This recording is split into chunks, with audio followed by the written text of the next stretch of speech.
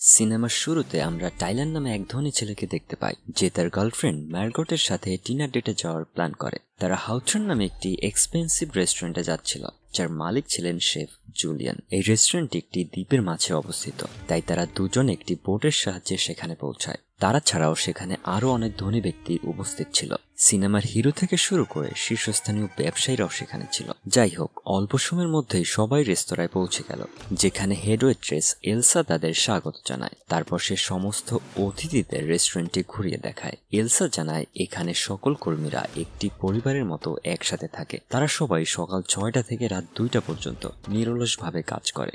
অবশেষে সমস্ত অতিথি রেস্টুরেন্টে গিয়ে তাদের সিটে বসে যায়।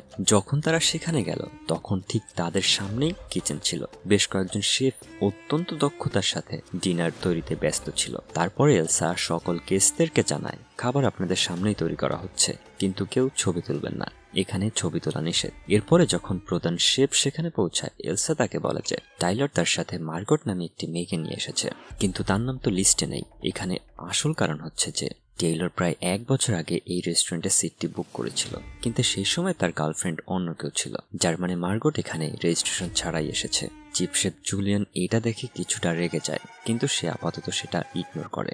এরপরে ডিনার শুরু হলো, যার মধ্যে প্রথম খাবারটি দেওয়া হয়। তারা সবাই খাওয়া শুরু করে, সাথে সাথে টাইলার গোপন একটি ছবি তুলে নেয়। আপনাদের মনে আছে তো, এখানে কিন্তু ছবি তোলা নিষেধ। সবাই খাবারের অনেক প্রশংসা করে, কিন্তু মার্গটের কাছে খুব একটা ভালো লাগে না। এরপরেই স্টাফরা নেক্সট খাবার পরিবেশন করে এবং শেফ নিজেই সামনে এসে সবাইকে ওয়েলকাম জানায়। তিনি সকলকে বলছিলেন যে তাদের খাবারটি কেবলমাত্র স্বাদের জন্য নয়, খুব সাবধানতার সাথে এটির ডিটেলস দেখে পরিপূর্ণ তৃপ্তি নিয়ে খাওয়া উচিত। তারপর তিনি সবাইকে তার খাবার এবং এর পেছনের গল্প সম্পর্কে বলেন। তবে মার্গটের কাছে এত সব খুব একটা ভালো লাগে না, কিন্তু আবেগে ওইদিকে টেইলরের চোখে পানি চলে আসে। এরপরে সে আবারও শেফের চোখ এড়িয়ে আরও একটি ছবি তুলে নেয়। তারপর টাইলার বলতে লাগলো, আমি জায়গাটা অসম্ভব পছন্দ করেছি। কিন্তু মার্গট বলছে যে হ্যাঁ, এটা ঠিক আছে, বাট নাথিং স্পেশাল। যাই হোক, শেফ এবারে সবাইকে নেক্সট খাবারটা পরিবেশন করে, কিন্তু সেখানে শুধুমাত্র 5টি ভিন্ন ধরনের সসেজ ছিল। অবাক করা ব্যাপার হচ্ছে সেখানে এর সাথে কোনো রুটি দেয়নি। এর পেছনের কারণটা হচ্ছে সে বিশ্বাস করেন যে রুটি শুধুমাত্র গরিব লোকেরাই খায়। এইটু শুনে ব্যবসায়ী বলে, কেমন বাচ্চাদের মতো কথা বলছে। সে এলসাকে এবারে রুটি আনতে বলে। এলসা রুটি আনতে রাজি হয় না। সেখানে থাকা 3জন ব্যবসায়ী বলে তারা এই রেস্তোরাঁটি বন্ধ করে দেবে, কিন্তু এলসা আবারও রুটি আনতে অস্বীকার করে এবং বলে তোমাদের এই খাবারই খেতে হবে যা তোমাদেরকে পরিবেশন করা হয়েছে। ওইদিকে মার্গটের এই খাবারটি এতটাই খারাপ লাগে যে সেটি খেতে রাজিই হয় না। তারপরে কিছু সময় পরে শেফ তার পরবর্তী খাবার পরিবেশন করে, আর এই খাবারটির নাম মেমোরি। তারপর সে সবাইকে সেই দিনের গল্প বলে, যেদিন তার বাবা মাতাল হয়ে বাড়িতে এসে তার মাকে মারধর করে। তারপর সে টেলিফোনের তার দিয়ে তার মাকে শ্বাসরোধ করে হত্যা করতে চায়, কিন্তু শেষ মুহূর্তে জুলিয়ান একটা কাঁচি দিয়ে তার বাবার পেটে ঢুকিয়ে দেয়। একথা শুনে সেখানে থাকা সকল গেস্ট কিছুটা ভয় পেয়ে যায়, কিন্তু তারা ভেবে নেয় যে শেফ তার খাবারকে স্পেশাল বানানোর জন্য হয়তো মিথ্যে গল্প বানিয়ে তাদেরকে শোনাচ্ছে। তারপর শীঘ্রই রান্না করা মাংস এবং টাকোস পরিবেশন করা হয়, কিন্তু আশ্চর্যের ব্যাপার হচ্ছে প্রতিটি টাকোসে একটি করে ছবি ছিল, যা অতিথিদেরকে তাদের জীবনের একটি ঘটনা মনে করিয়ে দেয়। আমরা দেখতে পাই যে ফুড ক্রিটিক্সের টাকোতে রেস্তোরাঁর ছবি ছিল, যেটাতে তিনি রিভিউ করেছিলেন বেশ আগে। সেখানে একজন সিনেমার অ্যাক্টরও ছিল, আর তার টাকোতে তার সবচেয়ে খারাপ সিনেমাটার ছবি ছিল। অন্যদিকে 3 ব্যবসায়ীর টাকোতে তাদের অবৈধ ব্যাংক অ্যাকাউন্টের বিবরণ ছিল। অবস্থাটা চিন্তা করেন একবার, মানে আপনার টাকা দিয়ে আপনি খাবার খাচ্ছেন, আর সেখানে যদি এমন কাজ কারবার হয়ে থাকে।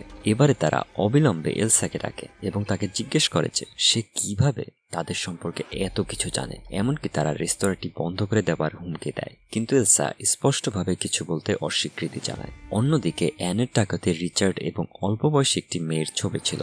সে রিচার্ডকে জিজ্ঞাসা করে এইসব কি, কিন্তু রিচার্ড বলে যে সে সবের কিছুই জানে না। ওইদিকে টাইলারের খাবারে দেখা যায় সে যে গোপনে রেস্তোরাঁর খাবারের ছবি তুলেছে সেটা সেখানে আছে। এটা দেখে সে খুব ভয় পেয়ে যায় এবং ভাবে যে তার শেফের কাছে ক্ষমা চাওয়া উচিত, কিন্তু মার্গট বলে যে সে খুব বেশি ভাবছে, তার এতটা টেনশন করার কোনো দরকার নেই। তারপর সে উঠে ওয়াশরুমে যায়, কিন্তু শেফ তাকে ফলো করে এবং ওয়াশরুমে যায় এবং তাকে জিজ্ঞাসা করে তুমি কে। মার্গট তাকে তার নাম বলে। জবাবে শেফ তাকে বলে আজ তোমার এখানে আসা একদমই উচিত হয়নি। এবারে দেখা যায় মার্গট তার সিটে ফিরে আসে। শেফ তার একজন ছাত্রকে সামনে নিয়ে আসে। শেফ তাকে বলে তুমি আমাদের নেক্সট খাবারটা তৈরি করেছো, কিন্তু সেটা খুবই জঘন্য হয়েছে। শেফ এবার সেই ছাত্রকে অপমান করতে থাকে এবং সে আরো বলে তুমি জীবনেও একজন দক্ষ শেফ হতে পারবে না। কিন্তু তারপর হঠাৎ সেই ছাত্র মুখের ভিতরে গুলি ঢুকিয়ে নিজেকে শেষ করে দেয়। সেই সিন দেখে সবাই ভয় পেয়ে যায়, কিন্তু জুলিয়ান বলতে শুরু করে যে এটা শোয়ের একটা অংশ। এলসা তাকে বারবার তার সিটে যেতে বলে, কিন্তু সে যেতে চায় না।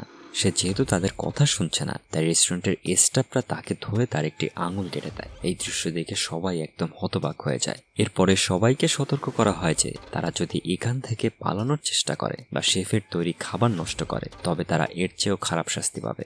এই কথা শুনে সবাই ভয় পেয়ে যায়, কিন্তু টাইলার চুপচাপ বসে বসে তার খাবার খেতে থাকে। কিছুক্ষণ পর জুলিয়ান মার্গটকে রান্না করে ডাকে এবং তার আসল পরিচয় জানতে চায়। জুলিয়ান আরও বলে, আমি দিনরাত অনেক সাধনা করে এই ডিনার তৈরি করেছি, কিন্তু তুমি এখানে আসার কারণে আমার সবকিছু গোলমেল হয়ে যাচ্ছে।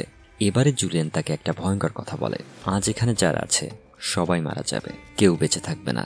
সেবারে মার্গটকে মাত্র 15 মিনিটের সময় দেয় আর বলে, এবার তুমি বেছে নাও, বেঁচে থাকবে নাকি মারা যাবে। এই কথা শুনে মার্গট অনেক ভয় পেয়ে যায় আর কাঁদতে কাঁদতে নিজের টেবিলে ফিরে আসে। তারপর পরবর্তী আইটেমের আগে সে বলে যে কারো মনে যদি কোনো প্রশ্ন থেকে থাকে তাহলে জিজ্ঞাসা করতে পারো। তারপর একজন লোক জিজ্ঞাসা করে সে কেন এসব করছে। তখন সে উত্তরে জানায় সে এই রেস্তোরাঁ চালাতে চালাতে ক্লান্ত হয়ে পড়েছে। রেস্তোরাঁয় রান্না করে সে আর আগের মতো মজা পাচ্ছে না, আর এখানে যারা যারা উপস্থিত আছে তারা সবাই এর জন্য দায়ী। তারপর তিনি বলেন যে ফুড ক্রিটিককে আমি এখানে ডেকেছি, তার খারাপ রিভিউর জন্য অনেক রেস্তোরাঁ বন্ধ হয়ে গেছে এবং তার এডিটর তার এই সব কাজে তাকে সবসময় সমর্থন করে গেছে। ওইদিকে রিচার্ড এবং অ্যান প্রায় এই রেস্টুরেন্টে খেতে আসে, কিন্তু তারা কখনোই তার খাবারের প্রশংসা করেনি। তারা এমনকি এখানের কোনো খাবারের নাম পর্যন্ত মনে রাখে না। ঠিক আছে, তারপর তিনি তার ইনভেস্টরের সম্পর্কে সবাইকে বলে। এই রেস্তোরাঁয় টাকা বিনিয়োগ করেছিল সে। এমন সময় দেখা যায় যে তাকে বাইরে ঝুলিয়ে রেখেছে, কারণ সে লাভের আশায় দিন দিন লোভী হয়ে উঠেছিল। এমনকি সে ইচ্ছে করে বারবার রেস্তোরাঁর মেনু পরিবর্তন করার চেষ্টা করেছিল। এবারে শেফ সেই লোকটিকে সবার সামনে পানিতে ডুবিয়ে হত্যা করে। তারপর 15 মিনিট পরে সে মার্গটকে তার অফিসে ডেকে নেয় আর জানতে চায় তার সাথে রিচার্ডের কি সম্পর্ক। এমন সময় আমরা জানতে পারি সে আসলে একজন প্রস্টিটিউট। তার আসল নাম হচ্ছে এরিন। সে আগে রিচার্ডের জন্য কাজ করত, এজন্য রিচার্ড তাকে অনেক টাকা দিত। এই কথা শুনে সে এরিনকে তার টেবিলে পাঠিয়ে দেয়। এবারে পরবর্তী ডিনার আইটেম আসার আগে শেফ টাইলারকে জিজ্ঞাসা করে কেন সে এখানে এসেছে। তারপর টাইলার বলে যে সে অনেক মাস ধরে এই রেস্তোরাঁয় আসতে চেয়েছিল এবং সুযোগ পাওয়ার সাথে সাথে সে টিকিট বুক করেছে। সে আরও বলে তার আগের গার্লফ্রেন্ডের সাথে ব্রেকআপ হয়ে যাওয়ার কারণেই সে মার্গটকে এখানে নিয়ে এসেছে। এরিন এই কথা শুনে অনেক রেগে যায় এবং সে টাইলারের উপর হামলা করে বসে। এবারে সেখানে থাকা স্টাফরা তাকে শান্ত করে। শেফ এরেনকে তার অফিসে ডেকে ডেজার্ট তৈরি করতে সাহায্য করতে বলে। ডেজার্ট তৈরি করার সময় তিনি এরেনকে তার স্টোর রুম থেকে তেলের গ্যালন নিয়ে আসতে বলে, আর সে চুপচাপ তার ইনস্ট্রাকশন ফলো করতে থাকে। এবারে সেখানে থাকা সিনেমার নায়ক শেফের কাছে জানতে চায় সে আসলে কোন অপরাধটা করেছে যার জন্য সে এই শাস্তি পাচ্ছে। তোর শেফ তাকে বলে, তোমার একটি মুভি আমি দেখেছিলাম, একদম জঘন্য ছিল সেটা, আমার মুড একদম নষ্ট হয়ে গিয়েছিল সেটা দেখে। ওইদিকে অ্যারনেস্টের রুমে না যেয়ে শেফের ঘরে চলে যায়। সেখানে সে একটি বন্ধ দরজা দেখে। সে ভিতরে যাওয়ার চেষ্টা করছিল, কিন্তু তখন এলসা রুমে এসে তাকে ছুরি দিয়ে আক্রমণ করে এবং তাদের দুজনের মধ্যে ফাইট শুরু হয়। হঠাৎ ইরিন অজান্তেই এলসাকে মেরে ফেলে। এবারে সে খুব আতঙ্কিত হয়ে যায়। সে এলসার চাবি নিয়ে শেফের কাছে গেল। সে তার ঘরে প্রবেশ করলো এবং শেফের প্রচুর ছবি এবং সংবাদপত্রের রিপোর্ট দেখতে পায়। প্রতিটি ছবি দেখে মনে হয় সে অনেক রেগে আছে, কিন্তু তার সবচেয়ে পুরনো ছবিতে, মানে যখন সে যুবক ছিল, সে সময়ের প্রত্যেকটা ছবিতে সে খুব হাসি খুশি ছিল, যেখানে সে ওই মাসের সেরা কর্মচারীর পুরস্কার পেয়েছিল, যা পেয়ে সে খুবই খুশি হয়। এবার অ্যারিন সেখানে একটা রেডিও দেখতে পায় আর সে সময় নষ্ট না করে কোস্ট গার্ডের সাথে যোগাযোগ করে। এই রেস্তোরাঁয় যে আজব সব কাজ হচ্ছে, এমনকি মানুষের জীবন পর্যন্ত নিয়ে নিচ্ছে, সেসব কিছুই তাদেরকে সে জানিয়ে দেয়। এবারে অ্যারেন তেলের গ্যালন নিয়ে রেস্টুরেন্টে ফিরে আসে। এমন সময় অ্যারেনের কল পেয়ে কোস্ট গার্ড সেখানে চলে আসে।